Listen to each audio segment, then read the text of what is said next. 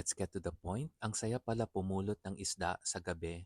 Last night, sumama ako sa family friend namin sa Pang-iwag. Sabi ng pinsan ko, Pang-iwag ang tawag dito sa Masbate pag kukuha ka ng isda and other edible creatures sa gabi during low tide. And let's be honest, syempre hindi ito sponsored post. Walang brand naman yata ang nagsusponsor ng Pang-iwag. Flashlight brand siguro in the future. Papayag ako pag may offer. Nasa beach ako ng lola ko named Edorne Beach, sa barangay Bititong ito in Masbate City. And nag-volunteer ako sumama sa Pang-iwag last night sa tapat. Philippine Sea yata ito. And let's be honest again, ang walo-walo pala ay hindi sayaw sa TikTok. Ahas pala siya. Siyempre sinabi lang sa akin habang nasa dagat na ako.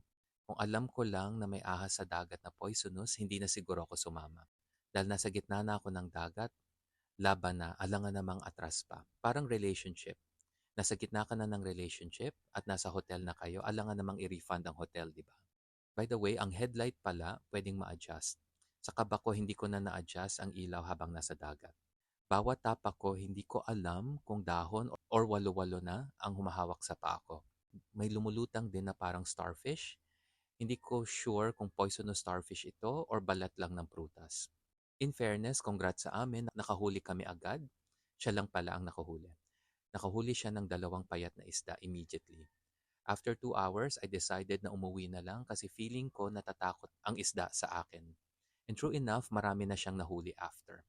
Allergic ako sa seafood by the way and mukhang allergic din ng isda sa akin. Click follow for the next story.